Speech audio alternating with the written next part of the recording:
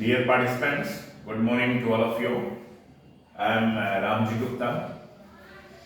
देखिए मेरा दो चैनल है, एक सर्विस मैटर का चैनल है और एक एकेडमिक्स का।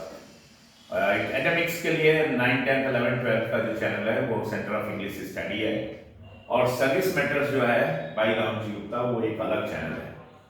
तो आइए आज सर्विस मैटर्स के लिए एक ये बहुत ही अहम टॉपिक जो सेंट्रल गवर्नमेंट एम्प्लॉइज हैं उनके लिए ये है जनरल फाइनेंशियल रूल्स 2017। ये जीएफआर जो है अपडेट करके आया है 2017 का। ये कंपेंडियम है government of India, ministry of finance, department of expenditure का।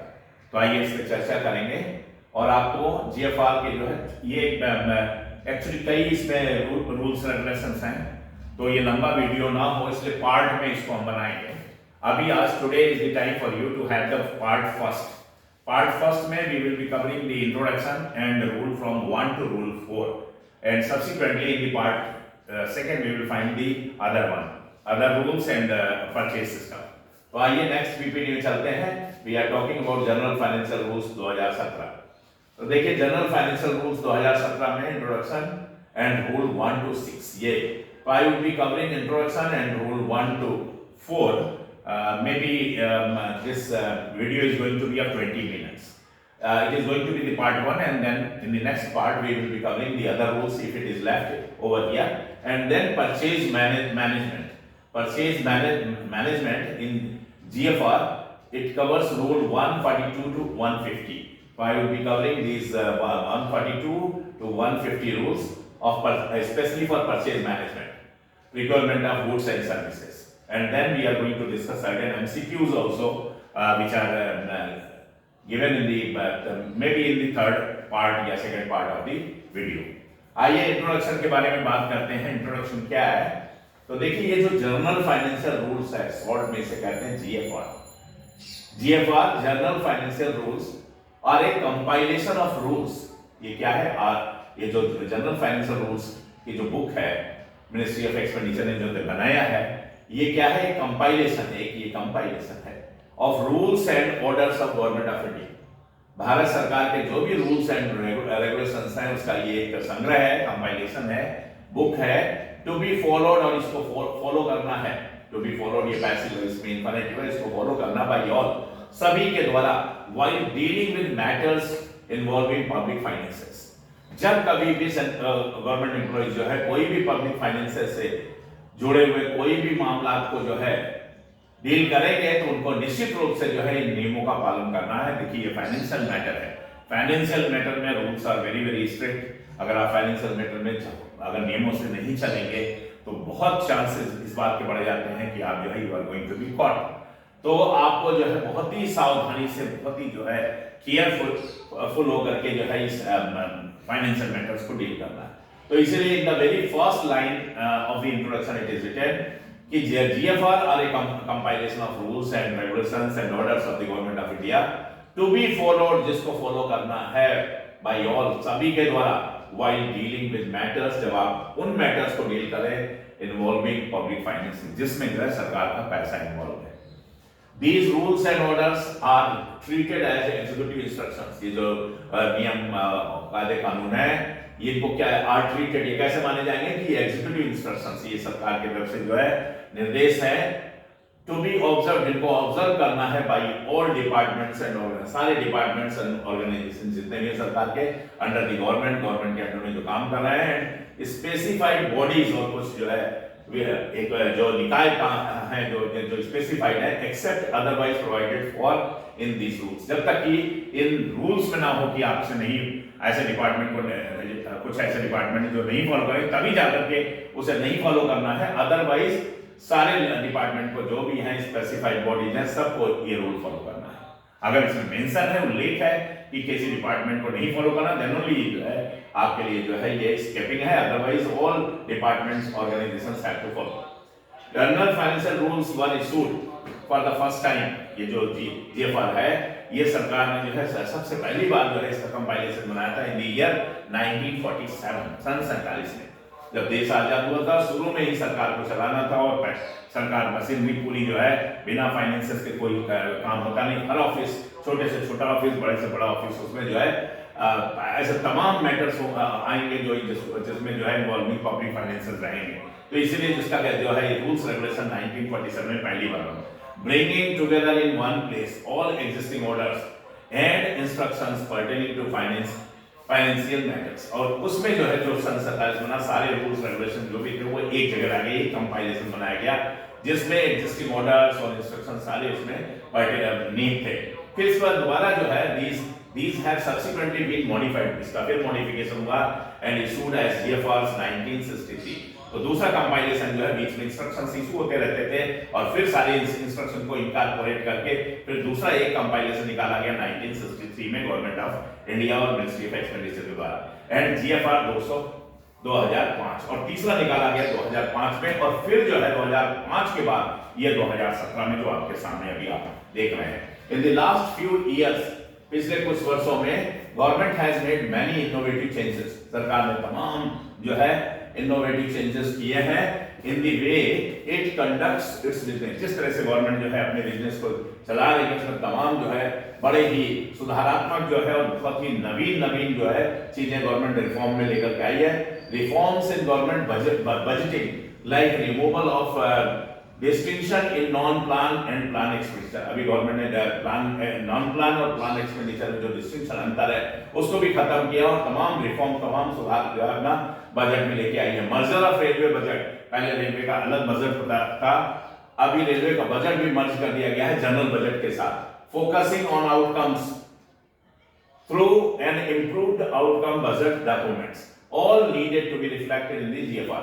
ये जितने भी चेंजेस आए हैं वो सारे चेंजेस जो है वो रिफ्लेक्ट करने हैं GFR में, इसलिए ये नया जो है GFR लेकर के 2017 में कंपाइलेशन गवर्नमेंट ने किया है। इसके साथ साथ increased focused on public financial management, ये जो PFMS है पब्लिक फाइनेंस मैनेजमेंट सिस्टम, इसमें भी बहुत फोकस किया है गवर्नमेंट ने। Reliance on the DBT direct benefit transfer system, her department में जो है DBT गवर्नमेंट ला रही है, जो भी सब्सिडी गवर्नमेंट दे रही है वो सब DBT के माध्यम से दे रही है तो इंश्योर ताकि सुनिश्चित किया जा सके एफिशिएंट डिलीवरी ऑफ एंटाइटलमेंट्स। जिनके भी एंटाइटलमेंट है उनके डिलीवरी जो है बिल्कुल एफिशिएंट तरीके से हो, यानी जो रियली जिनको जरूरत है उन तक पैसा पहुंचे। Introduction of new E sites government ने लागू किया, लाइक जैसे सेंट्रल पब्लिक रिक्वायरमेंट पोर्टल लागू किया है, government e marketing GeM portal लागू किया है, non tax revenue portal have also necessitated, इन सब ने भी जो है आवश्यक बना दिया था कि रिवीजन किया जाए एग्जिस्टिंग GFRs का, जिसका कंपाइलेशन 2005 का था, to keep them in tune, ताकि इनको जो है बिल्कुल ट्यून में लाया जा सके with the changing business environment. जो भी बिजनेस एनवायरनमेंट बदल रहा उनके अनुरूप इसको ढाला जाए, इसलिए 2017 में एक नया कंपाइलेशन लेकर के गवर्नमेंट आई है। अब देखिए the objective was to make the GFRs facilitate efficiency. अब क्या उद्देश्य था नया GFR, ये सारे जो चेंजेस किए गए हैं सिस्टम में, फाइनेंशियल सिस्टम में, एफिशिएंसी बढ़े रादर देन क्रिएट इम्पैक्ट, ना कि जो है रुकावट बने in smooth and timely implementation while following principles of accountability. इसके साथ साथ जो है जो सिद्धांत है अकाउंटेबिलिटी का, यानी उत्तरदायित्व का, and procedures of financial discipline and administrative due diligence, और जो है लोगों के अंदर जो है फाइनेंशियल डिसिप्लिन जो है मेंटेन हो, यानी पैसे का मिसयूज ना हो सरकार के पैसे का, और एडमिनिस्ट्रेटिव ड्यू डिलिजेंस हो, टाइमली हर काम हो। ये सब चीजें लाने के लिए जो है गवर्नमेंट ने इस तरह का जो है 2017 का ये कंपाइलेशन लेकर के आई है। The expenditure management commission set up in 2014, ये एक्सपेंडिचर का मैनेजमेंट कमीशन भी एक सेटअप हुआ था 2014 में, जिसने रिकमेंड किया ways in which efficiency of public expenditure could be increased, जिससे कि पब्लिक एक्सपेंडिचर की एफिशिएंसी जो है उसको बढ़ाया जा सके। हैज आल्सो मेड सेवरल, इस कमीशन ने भी तमाम रिकमेंडेशन दिए थे, और खास तौर से किस संबंध में, ऑटोनोमस बॉडीज के संबंध में। New rules on non tax revenues, user charges, e receipts portal have been added, ये तमाम जो है ऐसे नए रूल्स आए हुए थे, ये सब भी एड हुए थे in addition to the manner in which autonomous bodies are, और बल्कि ये तरीका भी आया था जिस तरह से ऑटोनोमस बॉडीज जो है रन करेंगे। तो ये सारी चीजें परिवर्तित है। अगला PPT में ले चलते हैं आपको, इस PPT के बाद नेक्स्ट PPT में आपको बताते हैं कि इन सब के अतिरिक्त क्या आगे हुआ, तब जाकर के 2017 का जो है रूल आया। तो दीज रूल्स, अब देखिए यहां से दीज रूल्स में भी कौन, तो ये रूल आया ये सारी चीजों को इनकॉर्पोरेट करते हुए general financial rule 2017 and they shall come into force at once, तुरंत ये लागू हो गया एंड शैल बी एप्लीकेबल, और ये एप्लीकेबल रहेगा to all central government ministries of department attached and subordinate bodies पर। तो आइए नेक्स्ट पीपीटी में देख सकते हैं। अब आइए ये इसका इंट्रोडक्शन था। The provisions contained in GFR, GFR में जो भी प्रोविजंस हैं निहित हैं are deemed to be applicable to autonomous body, autonomous bodies पे भी लागू होती हैं, सरकारी जितने संस्थान उन पे तो लागू, except the to the extent the bylaws of an autonomous body provides, अगर आप किसी ऑटोनोमस बॉडी का जो बायलॉज है वो प्रोवाइड करता है for separate financial rule which have been approved by the government, तभी जाकर के वो अलग होगा, वरना ये जीएफआर उस पे लागू होगा। आइए रूल 2 डेफिनेशन में आते हैं। तो रूल 2 में डेफिनेशन क्या है? इन दीज रूल्स, इन नियमों में, unless the context otherwise required, unless the context otherwise, यानी context अलग से अगर कुछ है तो बात अलग है, वरना ये सभी जो है इसकी डेफिनेशन से, जैसे अकाउंट्स ऑफिसर की डेफिनेशन जो है means the head of an office, किसी ऑफिस का जो है हेड ऑफ ऑफिस का जो accounts of the head of a pay and accounts office. तो जो पे एंड अकाउंट्स ऑफिस सेटअप किया गया है under the scheme of departmentalisation of the accounts, उसके तहत जो अकाउंट्स का हेड है वो अकाउंट्स ऑफिसर कहलाएगा। एडमिनिस्ट्रेटर का डेफिनेशन है, administrator means administrator of A union territory, UT का जो हेड है वो एडमिनिस्ट्रेटर कहलाएगा by whatever name designated, उसको किसी भी नाम से डेजिग्नेट किया जाए, but he is going to be administrator as per GFR 2017। Next PPT में आइए। एप्रोप्रिएशन जो लिया है इसका क्या तात्पर्य है? Appropriation means the assignment to meet specified expenditure. Appropriation का मतलब है कि जो बजट का एलोकेशन किया जाता है या असाइनमेंट किया जाता है fund included in A primary unit of appropriation. एक प्राइमरी यूनिट जो है उसमें जो एप्रोप्रिएट करते हैं फंड, जो फंड एलोकेट करते हैं वो जो है एप्रोप्रिएशन कहलाता है। ऑडिट ऑफिसर की डेफिनेशन क्या? Audit officer means the head of an office of audit. तो ऑडिट का जो ऑफिस है उसका जो हेड है वो ऑडिट ऑफिसर कहलाता है, जो ऑडिटिंग का काम करता है। नेक्स्ट देखिए कॉम्पिटेंट अथॉरिटी। जीएफआर की डेफिनेशन में कॉम्पिटेंट अथॉरिटी किसे कहते हैं? Means in respect of the power to be exercised under any of these rules.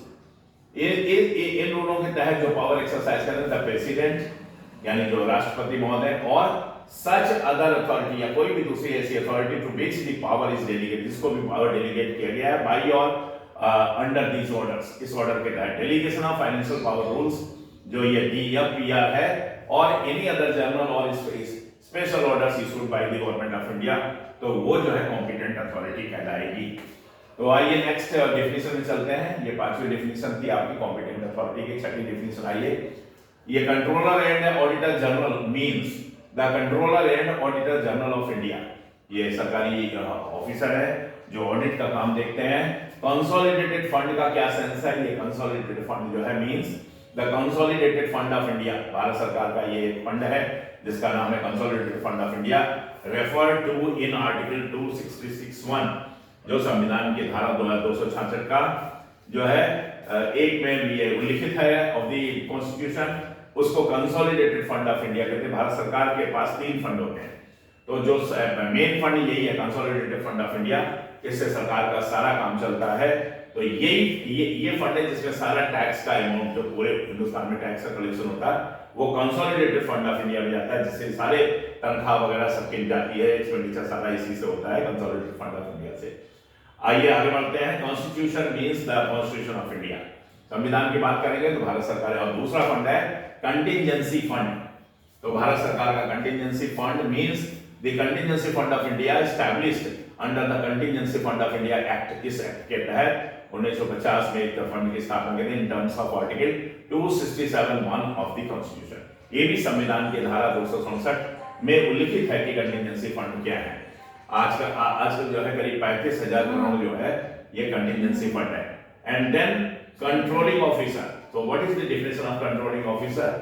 Means an officer entrusted by a department of the central government with the responsibility of controlling the incurring of expenditure and or the collection of revenue। यानी जो officer जो है department के रूप में काम कर रहा है और किसी भी डिपार्टमेंट का, किसी भी ऑफिस का जो सबसे बड़ा ऑफिसर होता है, जिसको जिम्मेदारी दी गई है फंड को जो है कलेक्ट करने की, एक्सपेंडिचर करने की, तो उसे कंट्रोलिंग ऑफिसर कहते हैं।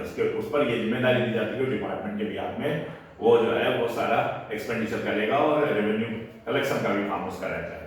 नेक्स्ट आइए, तो ये control the term shall include A head of department. अब ये जो है हेड ऑफ डिपार्टमेंट वो रहता है, and also administrator. Head of department हो गया सरकारी दफ्तर है, और एडमिनिस्ट्रेटर हो गया आपका जो है यूटीज में। अगला आइए, department of the government of India means, जो अगर ये टर्म यूज हो department of government of India, इसका तात्पर्य है एनी ऑफ द मिनिस्ट्रीज, किसी भी मिनिस्ट्रीज और डिपार्टमेंट या secretariat and offices as notified from time to time, जैसा टाइम टू टाइम नोटिफाई किया जाता है, and listed in the first schedule to the government of India allocation of business rules. तो ये एलोकेशन ऑफ बिजनेस रूल्स जो government का बना हुआ, जिसके तहत सरकार काम करती है, तो उसमें जो टर्म मेंशन है वो है। आगे आइए, रूल जो है ये ड्राइंग एंड डिस्बर्सिंग ऑफिसर, ये डिफिनेशन जो है 12, ड्राइंग एंड डिस्बर्सिंग ऑफिसर किसे कहते हैं? डीडीओ जिसे कहते हैं, मींस हेड ऑफ ऑफिस जो डीडीओ काम करता है, and also any other gazetted officer, कोई दूसरा जो है राजपत्रित अधिकारी, so designated by the department of the central government, जिसे कि सेंट्रल गवर्नमेंट के डिपार्टमेंट ने डेजिग्नेट किया है, जिसे कि हेड ऑफ ऑफिस या एडमिनिस्ट्रेटर ने डेजिग्नेट किया है, टू ड्रा बिल्स और बिल्स को ड्रा करता है, and make payments on behalf of the government of India, और गवर्नमेंट ऑफ इंडिया के बिहाफ में जो है जो पेमेंट करता है उसको बोलते हैं ड्राइंग एंड डिस्बर्सिंग ऑफिसर। तो ये डेफिनेशन है। The term shall also include, इसमें जो टर्म यूज किया गया है, ए हेड ऑफ डिपार्टमेंट और an administrator where he himself discharges such function. तो जहां पर वो स्वयं ही ये फंक्शन डिस्चार्ज कर रहे हैं, तो वो स्वयं ही जो है डीडीओ के रूप में काम कर रहे हैं, वो अलग एक विषय सिचुएशन हो जाएगी। मिनिस्ट्री ऑफ फाइनेंस, अब आइए, तो मिनिस्ट्री ऑफ फाइनेंस है means the ministry of finance of the central government. तो जहां जहां मिनिस्ट्री ऑफ फाइनेंस इसमें कंपाइलेशन या ये कंपेंडियम में यूज होगा, तो हम मिनिस्ट्री ऑफ फाइनेंस की बात करेंगे गवर्नमेंट ऑफ इंडिया की। फाइनेंशियल ईयर का तात्पर्य है the year beginning on the 1st of April and ending on the 31st of March। तो जो 1 अप्रैल से लेकर के 31 मार्च का पीरियड है, वो एक फाइनेंशियल ईयर कहलाता है। Government means the central government, हम लोग बात करेंगे इस कंपाइलेशन के बिहाफ में। और नेक्स्ट है डेफिनेशन में, गवर्नमेंट अकाउंट का means the account related to the consolidated fund. तो पहला जो है कंसोलिडेटेड फंड ऑफ इंडिया हो गया, ये गवर्नमेंट का मेन फंड है जिससे सरकार के सारे कामकाज चलते हैं। द कंटिजेंसी फंड हो गया, जिसमें कोई विशेष परिस्थितियों में जो है प्रयोग करते हैं। एंड द पब्लिक अकाउंट एक फंड होगा जिसमें सारे लोगों की बचत स्कीम के पैसे जाते हैं, as defined in these rules, जैसा इन नियमों में डिफाइन किया गया है।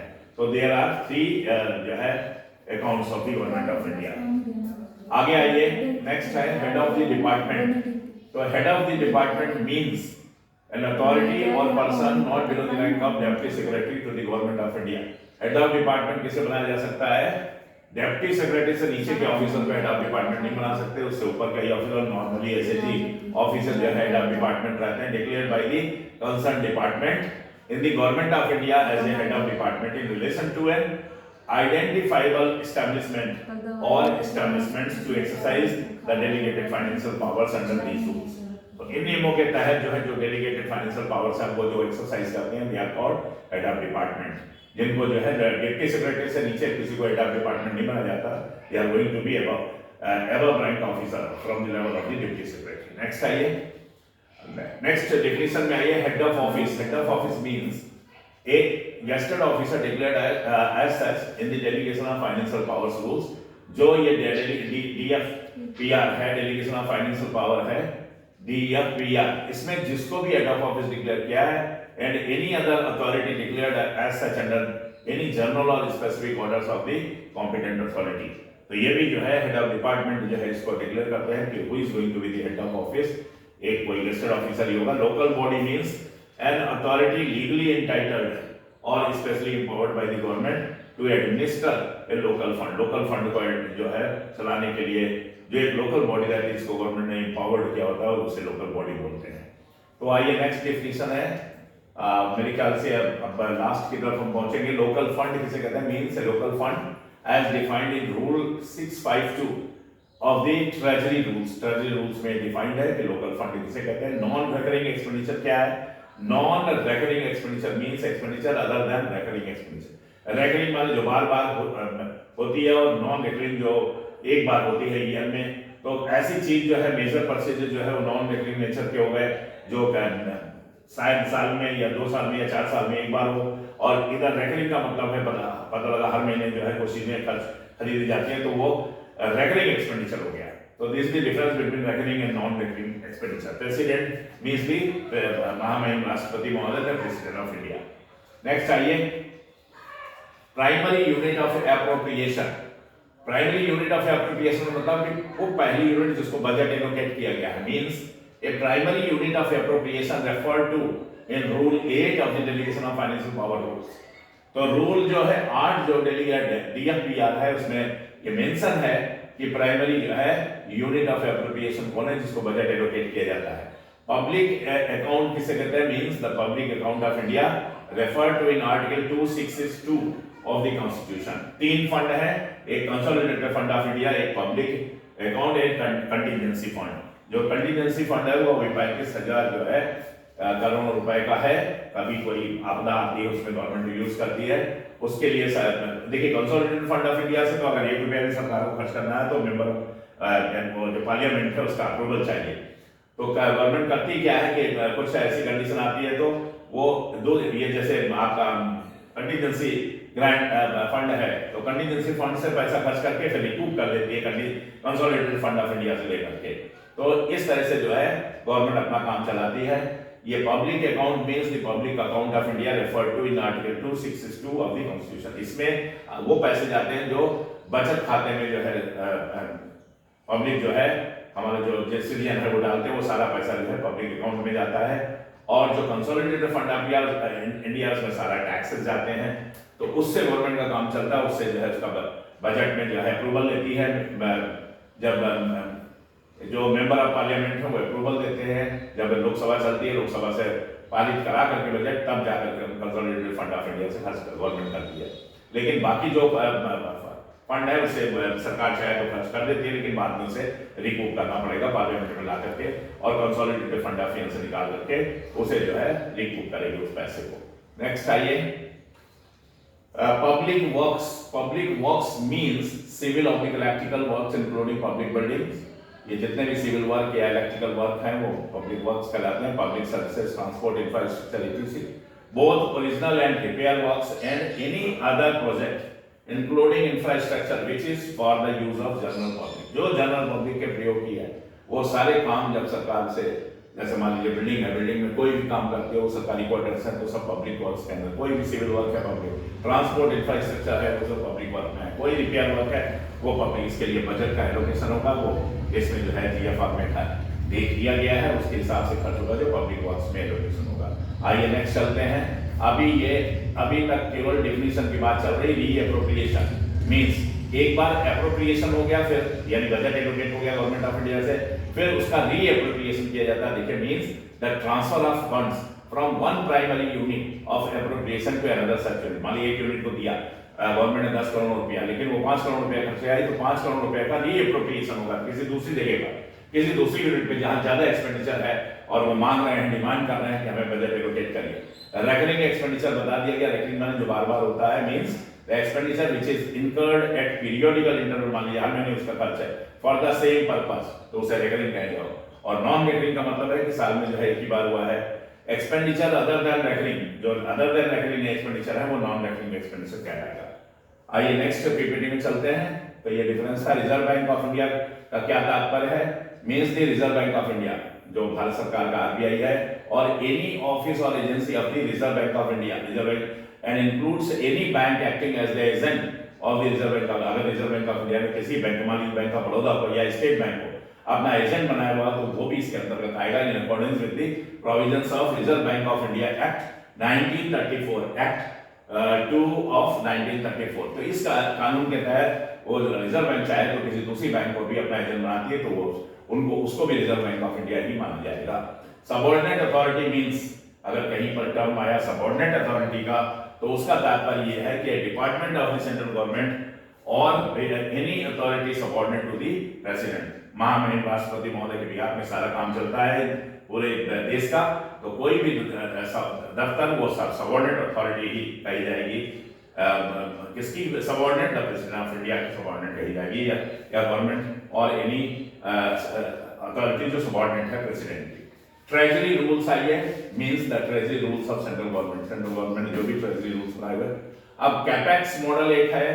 कैपेक्स मॉडल क्या है? कैपिटल एक्सपेंडिचर, से कैप से कैपिटल एक्सपेंडिचर बोलते हैं। और ये क्या है? In the capex model capital expenditures is used by the buyer to straightway purchase goods. तो बायर जो है वो by the buyer to straightway purchase goods followed by requirement of consumables, arranging comprehensive maintenance contract after warranty period, and finally disposing the product after useful life। अब ये काम unit का है। अगर ये यूनिट कैपेक्स मॉडल में काम कर रही है तो उसको मान लीजिए एक जेरॉक्स मशीन लेनी, तो वो मशीन खरीदेगी, इसके बाद उसमें जितने भी कंज्यूमेबल है वो खरीदेगी, खराब होता है तो मेंटेनेंस भी करवाएगी, एएमसी दे सकती है, वो annual maintenance contract, comprehensive maintenance का कॉन्ट्रैक्ट दे सकती है, वारंटी पीरियड में रहेगा उसमें, इस तरह से। और फाइनली मान लीजिए उसका 10 साल का लाइफ है, तो 10 साल बाद जो है उसे डिस्पोज भी कर सकती है। तो ये काम कौन करेगा? कैपेक्स मॉडल का मतलब है ये सारा काम जो है यूनिट करेगा। यूनिट में जो हेड ऑफ डिपार्टमेंट है उसके बिहाफ में कोई ना कोई ये काम देखेगा जिस समय कैपेक्स मॉडल में। अब एक दूसरा मॉडल है जिसमें यूनिट ने कुछ नहीं करी, आगे देखिए नेक्स्ट पीपीटी में। तो क्या वो मॉडल है ओपेक्स मॉडल। ओपेक्स मॉडल का मतलब है कि आपका जो है in the opex model the seller provides the goods, यानी जो जेरॉक्स मशीन मान लीजिए हमें लेना है तो हमारा टर्म्स कंडीशन ये रहेगा, जो सेलर है वो सारा कुछ देगा, गुड्स भी देगा, मेंटेन भी करेगा, इसे सारा कंज्यूमेबल भी प्रोवाइड करेगा, और फाइनली गुड्स को जो है जब उसका कॉन्ट्रैक्टेड लाइफ ओवर आ जाएगा तो ले भी जाएगा, वो उसको ले जाएगा। हमें केवल हर महीने जो है उसका रख रखाव का और उसका जो है एक कॉन्ट्रैक्ट के हिसाब से पैसा देना है, हमें और कुछ बॉदर नहीं करना। तो इसे कहते हैं ऑपरेशनल एक्सपेंडिचर।